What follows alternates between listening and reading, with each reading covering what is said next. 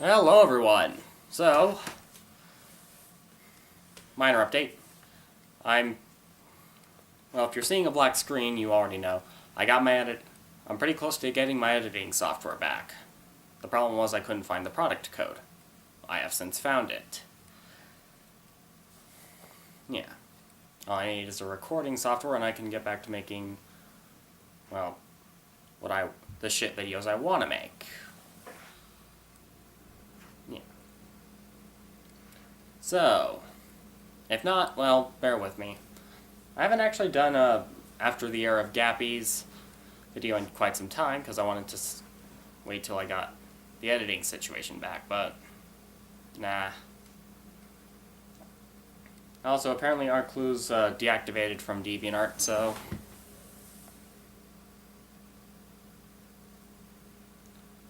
yeah. We're on the second to last chapter.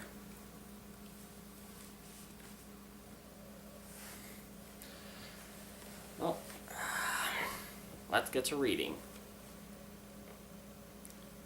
Last time, I guess I went over his tragic Animu backstory.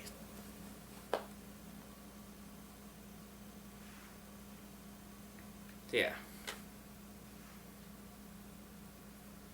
Yukari remembered something and said, "If you have any questions about what you see in the gap, I will put the answers in your minds, okay?" Everyone nodded their heads. Yukari nods her head, and everyone looks back into the gap. "Yes, Yukari, I understand." "Good for you, Yukari." Yeah. In the gap, Sebastian's mother and father are still on the ground losing a lot of blood. His father was telling Sebastian not to cry, because men don't cry. "Who cares that you're, 10, and just watched both your parents get brutally murdered over something stupid? A traumatic event that even drives normal grown men to tears. Don't cry!"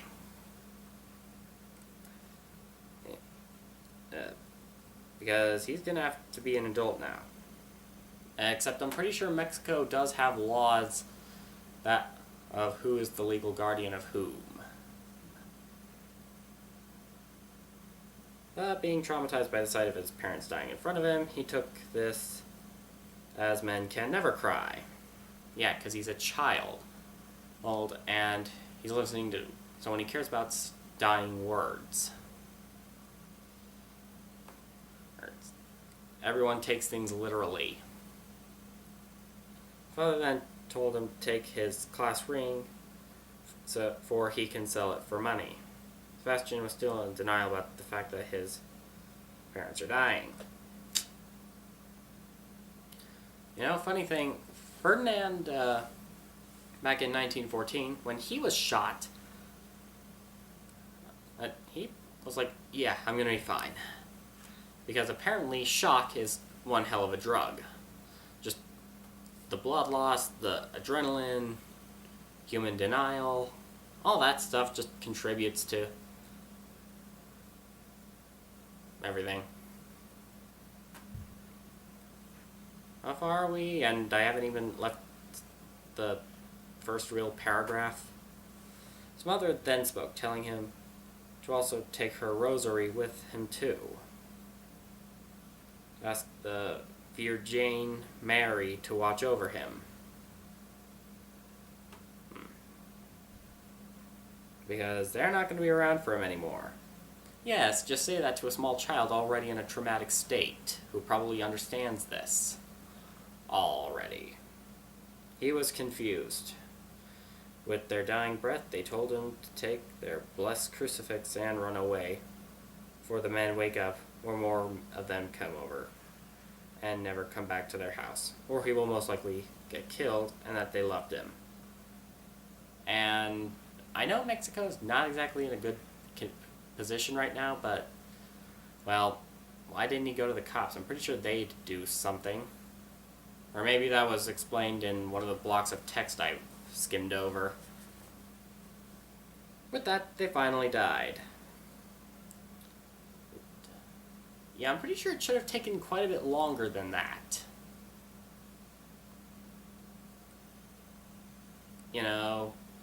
considering how much blood is in the human body.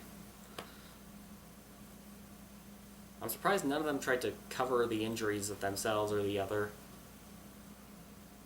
Or, I mean, if you can, get something to cover the blood up cover the wound up long enough, yeah. Or maybe they were shot. I don't know. You're gonna need some flex tape, because that's a lot of damage. I got a reliable laughs out of that. And it finally hits him. He just looks at them with tears still in his eyes for a few moments. And he wiped his tears, got up, and went to get his dad's ring, which at the time was too big even to fit his thumb. He then went to get his mother's rosary and went to his room to get his crucifix. He was about to leave, but went back to his parents' room, look at them, and put his hands together, and gave a quick prayer and left. God, please. Okay, I actually didn't have a joke for that. I was gonna wing it.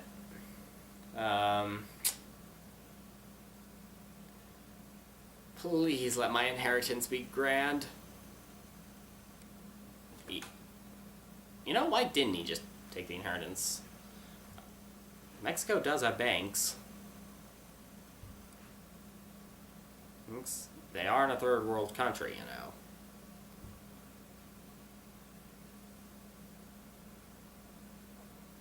While going downstairs, Sebastian heard people coming from the front. He decided to go through the back. That's how he ended up in the streets. And no one actually questioned that. Like, at all.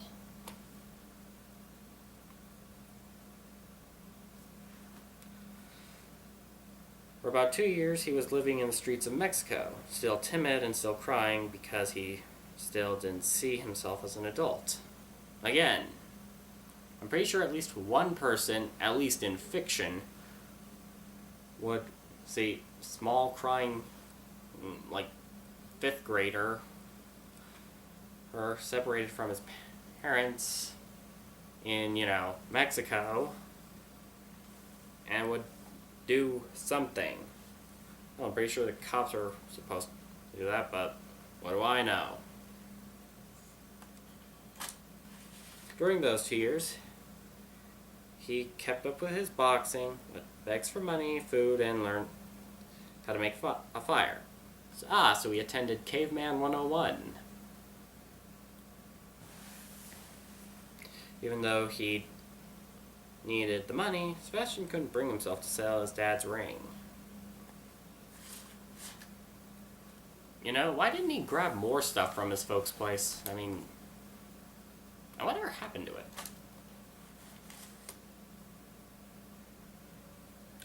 He saw many horrific deaths at the hands of the drug cartel. With that, he learned something and lost something. He learned that the government of Mexico was highly corrupted, that if anyone tries to fix it like his father, I guess that was a thing, they would get murdered by the cartel. I guess because no one's ever heard of doing things remotely, or hiring people to protect them, or delegating stuff around so that things can be patched up as they fall apart. What he lost was the fear of death after seeing so many horrific deaths. That'll do it. Because the only thing that is guaranteed in life is death.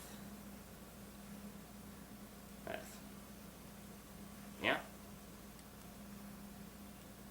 Yeah, it's better than going nuts through immortality. Despite all of this, he still prayed to God.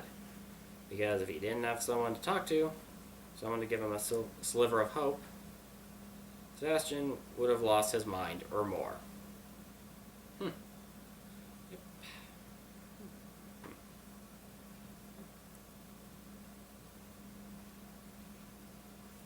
Yeah, I'm still not sure how he's putting together his faith and the highly contradictive Gensokyo. After all, it does have demons. He's literally went to hell. Oh.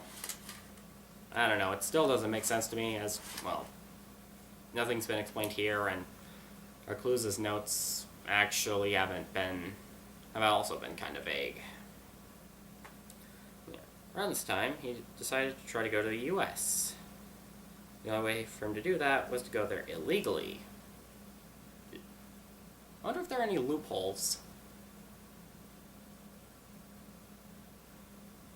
He did, and ended up in a city of Texas.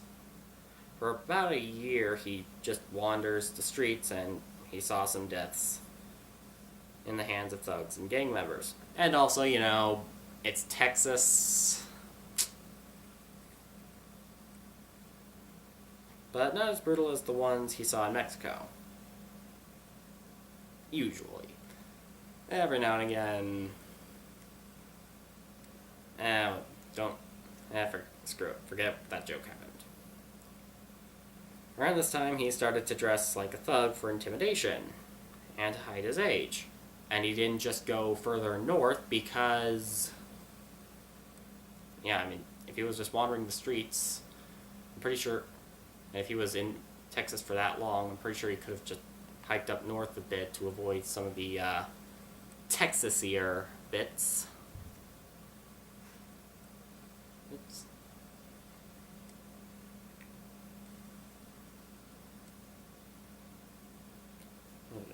Oh, yeah. And to hide his age, because why not?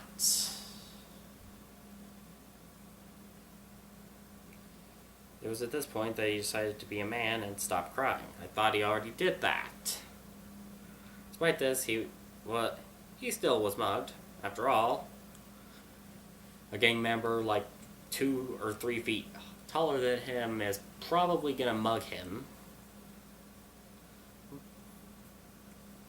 I mean, he's a 5th grader.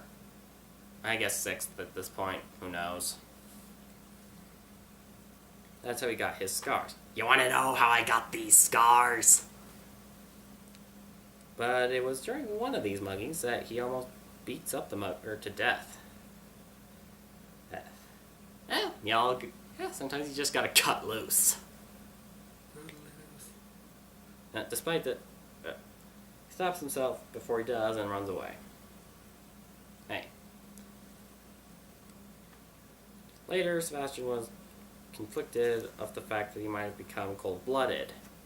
Because, you know, killing someone in self-defense, who probably would have killed other people, that's definitely horrible, and would definitely make you evil.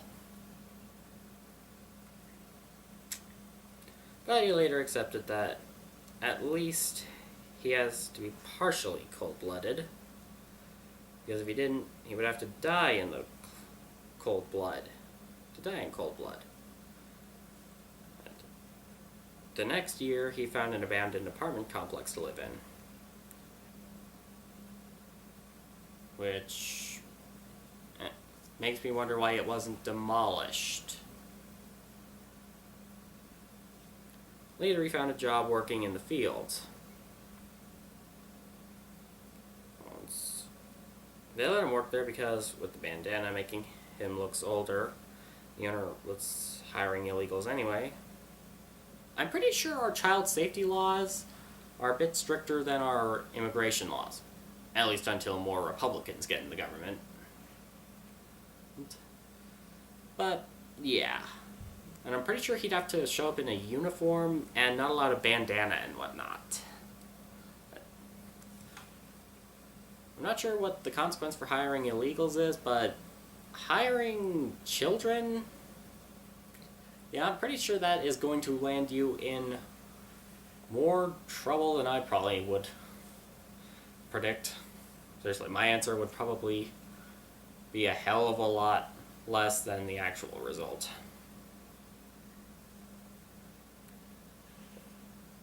Later on, Yukari appeared, and the gap closes. Wait, why would... And another thing, why are they hiring, like, a 11 or 12-year-old? They are not durable. Well, they're aggressive. Well, yeah, they're going into puberty. That is not a good thing.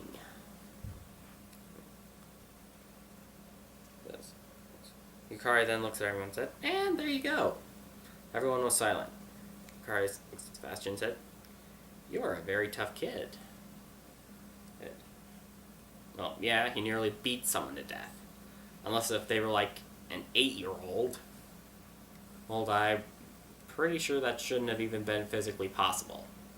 Or if it was a midget mugger.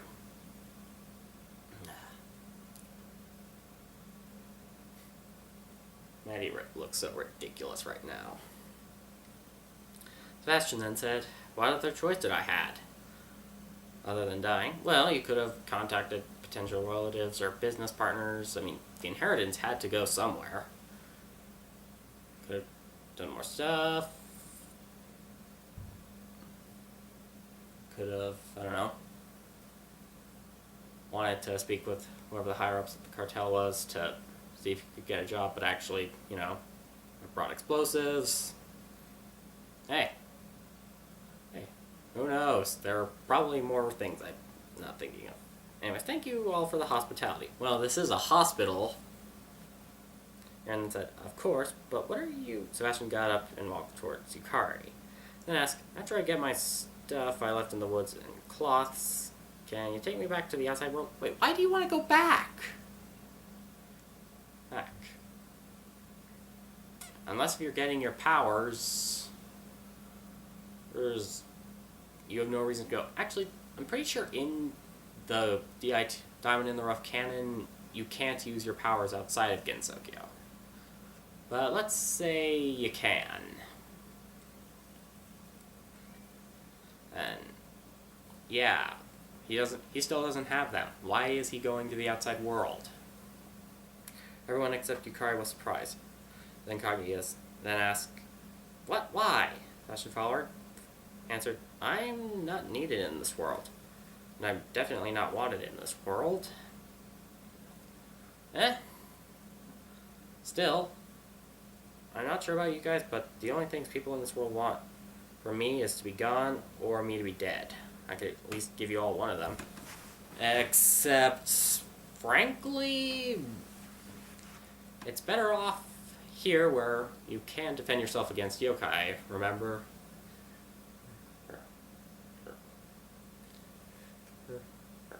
So, yeah, at least half the population's cool with you, or has to be.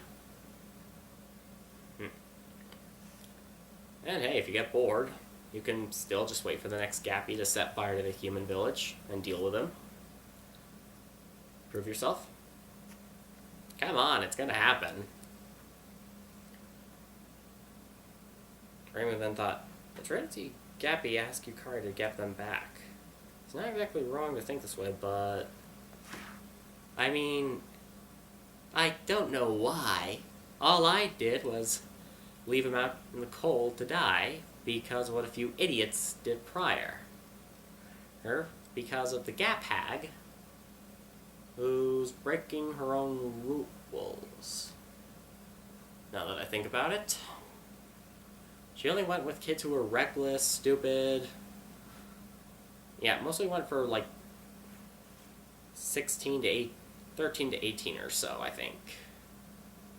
They're stupid, reckless, egotistical, puberty-ish. Yeah. And, well, on their last life before, basically their soul is sent into non-existence.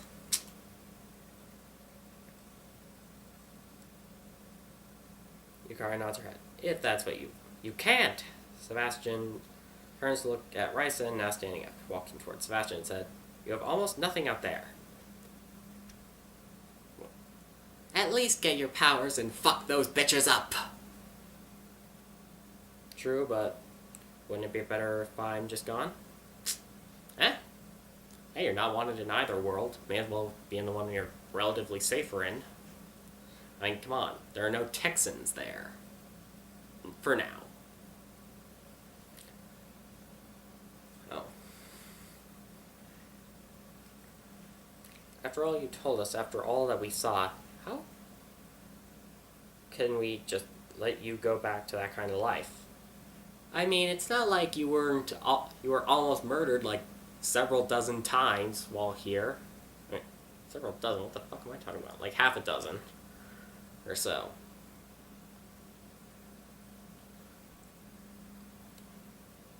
But here I have nowhere to go, nowhere to stay. You can stay here. What? What?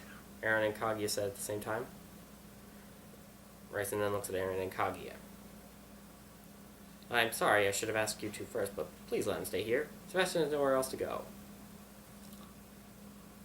Oh. Are you trying to...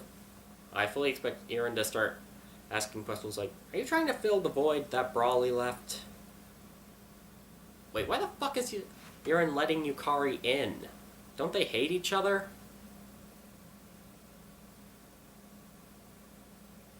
Aaron thought for a while and said, usually I wouldn't agree to such a rash decision.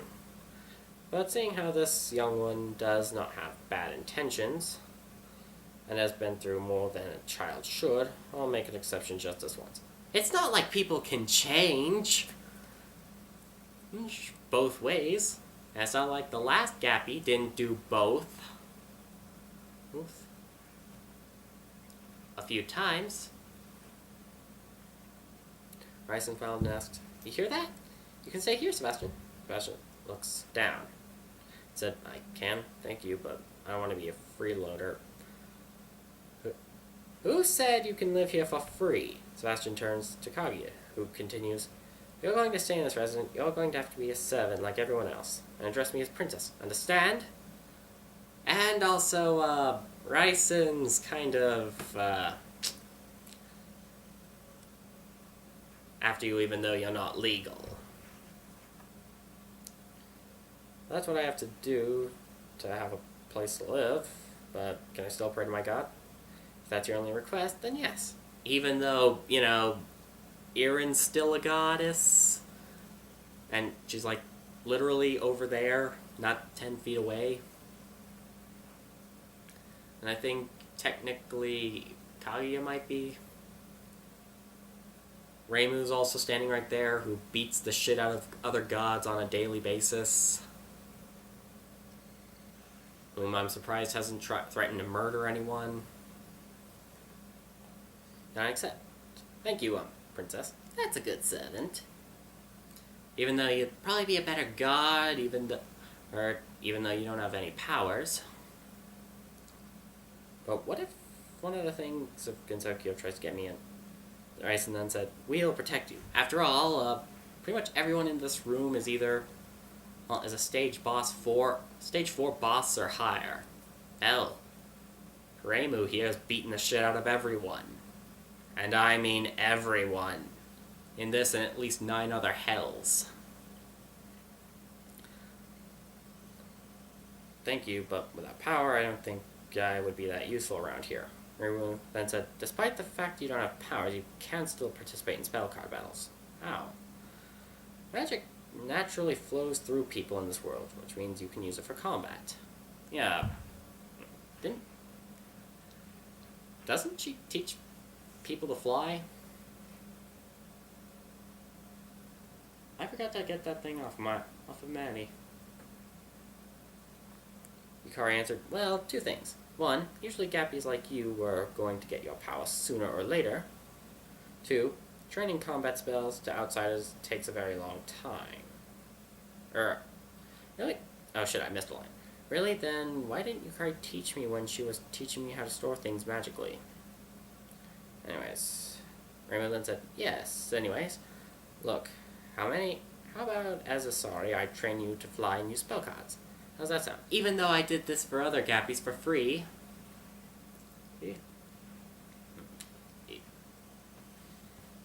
Sebastian answered, if it will help me, then yes, thank you. Alright, just don't think by the end of it you will be powerful. You will barely be as strong as the weakest fairy. But how spell card rules work, you should be able to win some of them.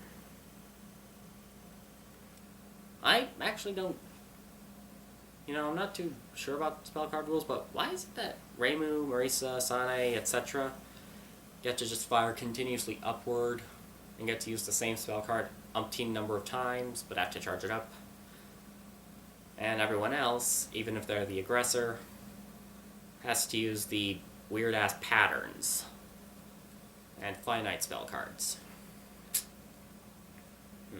Hell, Ryson wasn't a boss, but shooting in the patterns, but in another game ended up being on the bottom, firing upwards. It makes no sense. Yukari then added, though with the blessing from your god that gave you slight resilience to magic and to hit yokai, you might be more powerful than Reimu gives you credit for, but that is going to have to wait. Why is that? Reimu said. Remember how I said we need to speed things up? The reason is, well, the Kappa army is coming. I'm pretty sure that violates spell card rules. Everyone was surprised to hear and asked, why is the Kappa army coming here, and why didn't you say earlier? Well, you all wanted to know that this kid is Bren thought. So I showed you all as fast as possible. And I made jokes as slowly as possible. And why the Kappa army is coming? Apparently, the Kappa you have imprisoned, Araku had a communication device on her, and told the other Kappa that the gappy is here, and you all joining his side. Why didn't you check her for shit like that? Especially if you, have something. And plus, didn't shit happen between here and when she was captured? I'm pretty damn sure this shouldn't have happened. God, you said, crap, how long until they get here? Shit. I say about 10 minutes. 10 fucking minutes?! Yeah, there's a reason Yukari's the antagonist in a lot of these. So, what are you all going to do? Are you going to protect him like you said? Or are you going to hand him over to the Kappas before they can torture and kill him? Do all of us die horrible deaths to save a kid who's also going to die? Or do we hand the kid over who's going to die for her some bullshit? Tough call. Oh, plus, I'm pretty sure with Reimu there, they have to use the mostly non-lethal spell cards.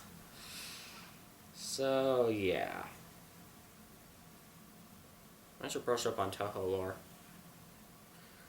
Erin looks at Sebastian, who looks sad, at Ryson, who looks the same. She then looks at everyone and said, first we need to send one of those lunar rabbits to confiscate that device the Kappa has. Then we are going to have to get all the rest of the lunar earth rabbits and tell them to proper for battle. We should get prepared too, and see if we can end it without too much damage. To yourselves, to the building, which I'm pretty sure is still being reconstructed, or to them. Because if it's the last one, you are an idiot. Wait, since when the fuck did the Kappas have a war? Wasn't there only like 3 dozen of them left? How the fuck do they have an army? Why? Everyone in the residence agreed. Reimu then said, I'll join you. Kagi then said, you are? Yes, this is still an ongoing incident after all. Thank you. Reimu then thought, what, I let this kid suffer once. I'm not going to let it happen again. I thought you were more apathetic than that. Yukari then said, I'll join you guys too. Kagi then asked, why do you want to help us? Good question. Just because. Not a good answer. You know what? Fine. We can use all the help we can get. Actually, Yukari would probably be able to take care of the second like that. Threaten to gap them into a dimension of, say, rotting flesh and endless suffering, from which death is an impossible dream. Just a thought. Yukari Sebastian asked, what can I do? Raisin sat him down and said, you can stay here. What? But I can't just stay here and do nothing. Rice saw he then pats him on the head and said, you're sweet, but without powers or simple combat spells, you would just be a liability, okay? It's not like we have someone who's omnipotent, who's borderline omnipotent, omniscient, sees all, and actually built this entire fucking pocket dimension, and who could just gap into his powers, or at least tell him where they are. No! What do you want to bet his powers are in hell?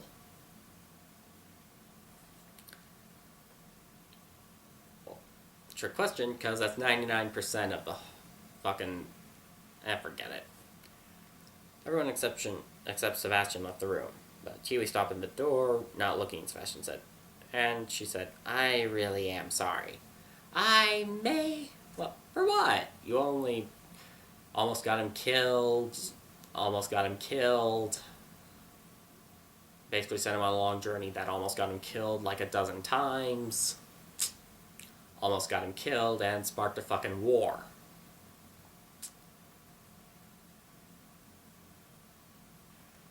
Plus, aren't the Kappa smart enough to know to send someone to ask them, yo, what the fuck, before sending the army of their incredibly finite population? And plus, why the fuck is Yukari even helping them? She knows they'd be able to take on the Kappas easily. They have Reimu. And an EX stage boss. A stage 6 boss. And a stage 4 boss, I think? As well as an even bigger army of rabbits. Hey, she had no problem sending Tenchi to go fuck up the Kappas before.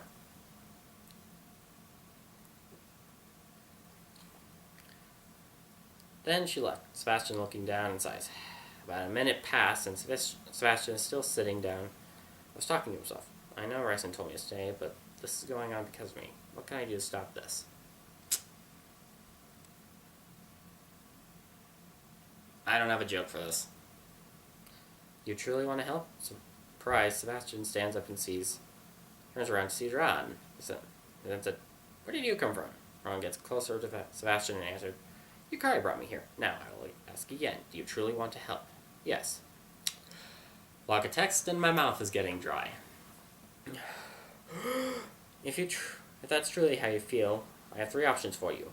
Just then, 3 gaps open next to Ron. Here are your choices. The first gap will take you to your seal, for you can access your powers. You can join the fight, but it will make not only the Kappa, but many others believe their suspicions of you, and a major incident will occur.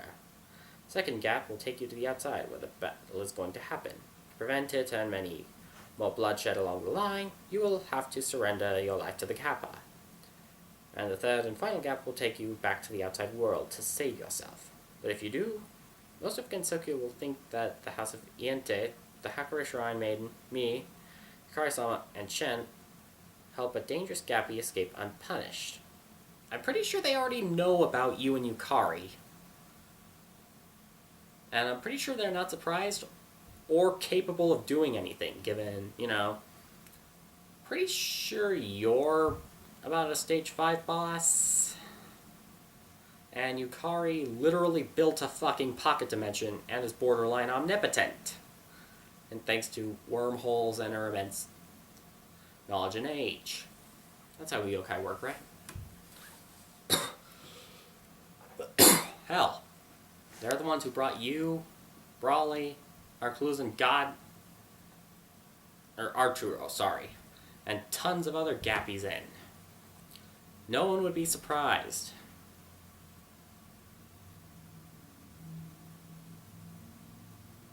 Sorry, I heard something, then Maddie was raising her head.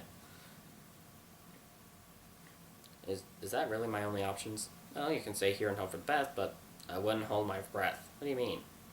What I mean is, the House of Iente is not prepared for the new and improved army of Kappa. Improved? They scrapped all their tanks. They had no scrap. Their numbers are about 30 and they're still using spell cards. What the fuck is so hard? And that's 30 at most. That's our entire population. That's barely even a country. Ignoring the micronations.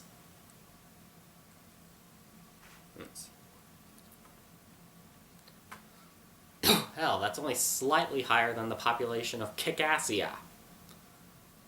Yeah, fun fact.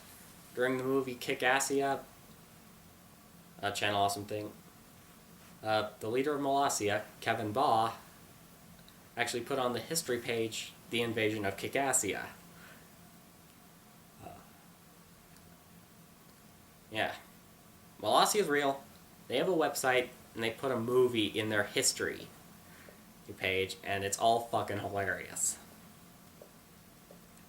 But Reimu and Yukari are out there, and unfortunately, Yukari, someone will excuse herself out of the battle, called it, and will take Reimu with her.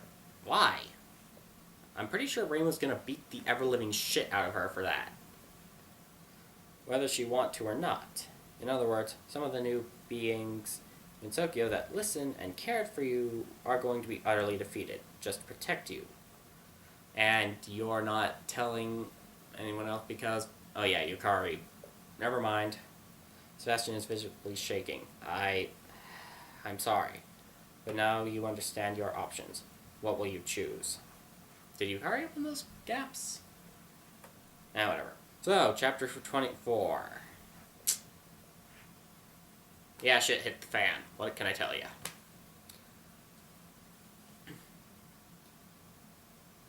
What is that dog? Anyway, so... well, I guess Sebastian's gonna finally get his powers.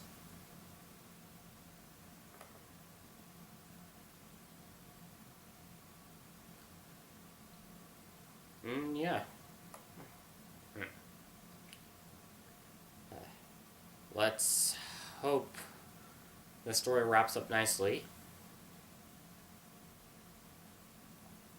And that there are no more massive blocks of text with tragic anime backstories. I will see you all later. Bye.